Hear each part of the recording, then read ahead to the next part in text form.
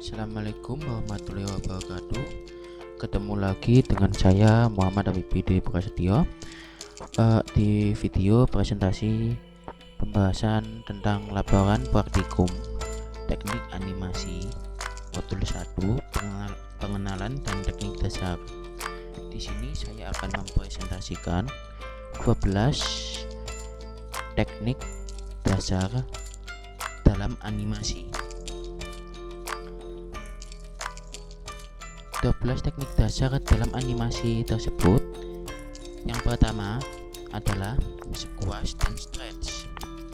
Squash dan stretch ini adalah sebuah prinsip yang digunakan untuk membuat ilusi seberapa keras permukaan sebuah benda.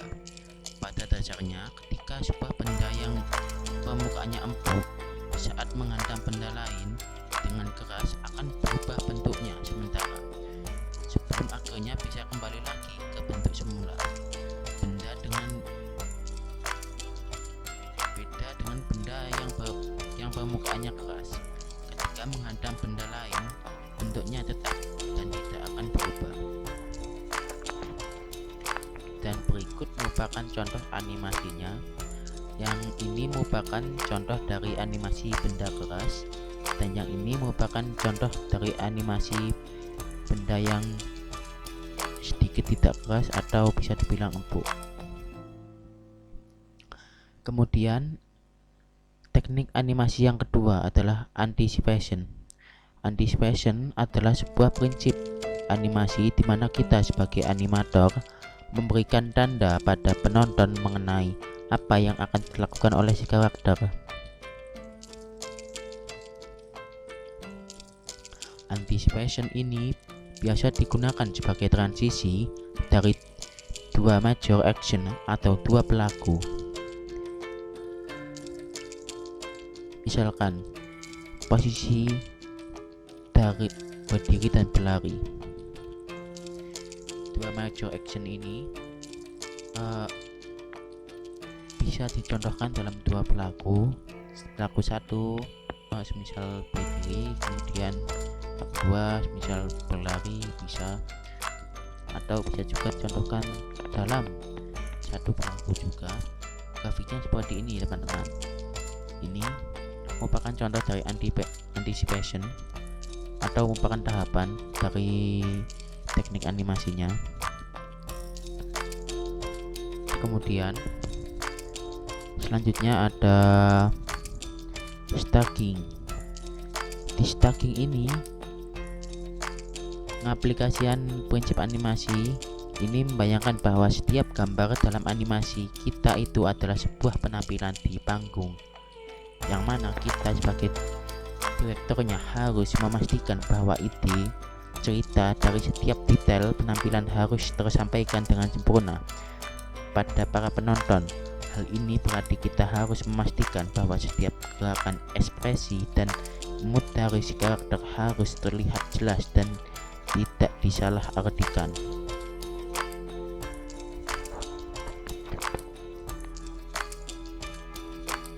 Kemudian ada strike and pose to pose. Yang pertama ada strike ahead action, yaitu membuat animasi dengan cara seorang animator menggambar satu persatu, frame by frame, dari awal sampai akhir.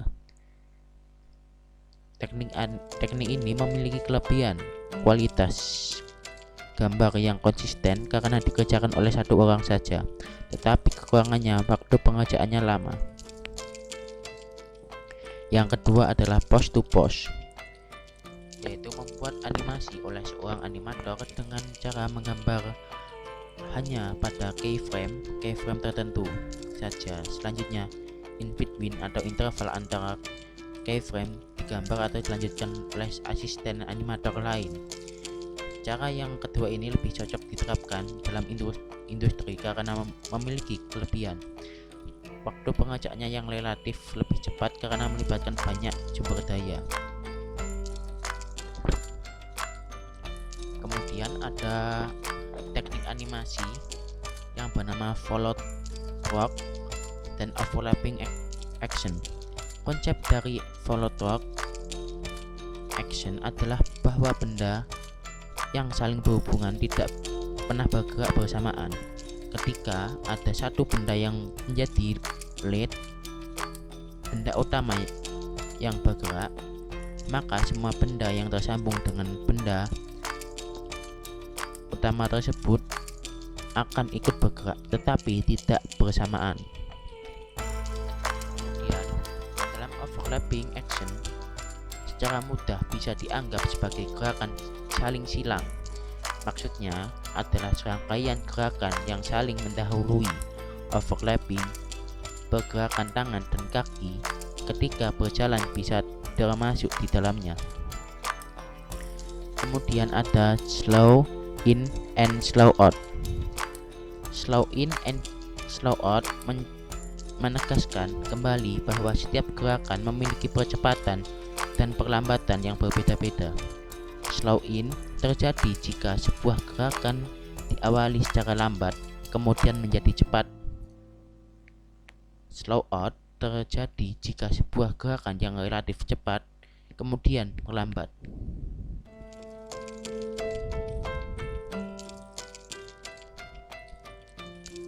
Kemudian ada teknik animasi yang bernama arts.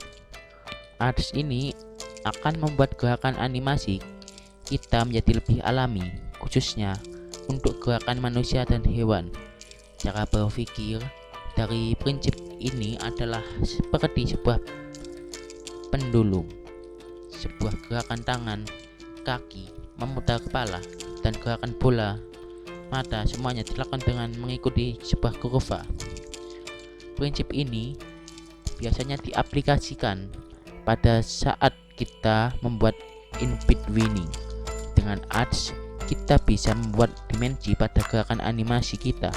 Contoh, membuat kepala sedikit menunduk saat menolehkan kepala akan membuat gerakan tampak lebih alami. Kemudian ada secondary action. Secondary action ini adalah prinsip di mana ada gerakan sekunder yang terjadi akibat adanya gerakan utama. Kemudian ada timing. Timing adalah prinsip terpenting di dalam animasi. Timing menentukan beberapa gambar yang harus kita buat di antara dua pose atau yang bisa kita sebut dengan istilah in between. Prinsipnya, semakin banyak in between berarti durasi semakin lama, sehingga action yang sedang dilakukan pun akan semakin panjang juga. Oleh karena itu, timing chart yang pas akan mempresentasikan persepsi dari action yang pas pula.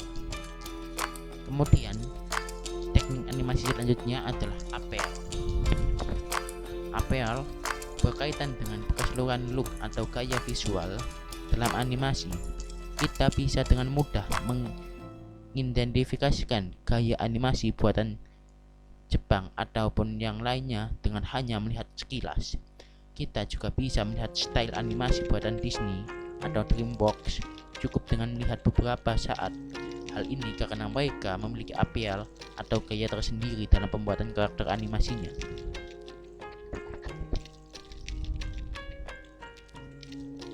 Kemudian ada exaggeration. Exaggeration adalah upaya untuk mendramatisir sebuah animasi dalam bentuk rekayasa gambar yang bersifat hiperbolis, dibuat untuk menampilkan ekstremitas ekspresi tertentu, dan lazimnya dibuat secara komedik. Banyak dijumpai di film-film animasi sejenis Tom and Jerry, Donald Duck, Doraemon, dan sebagainya.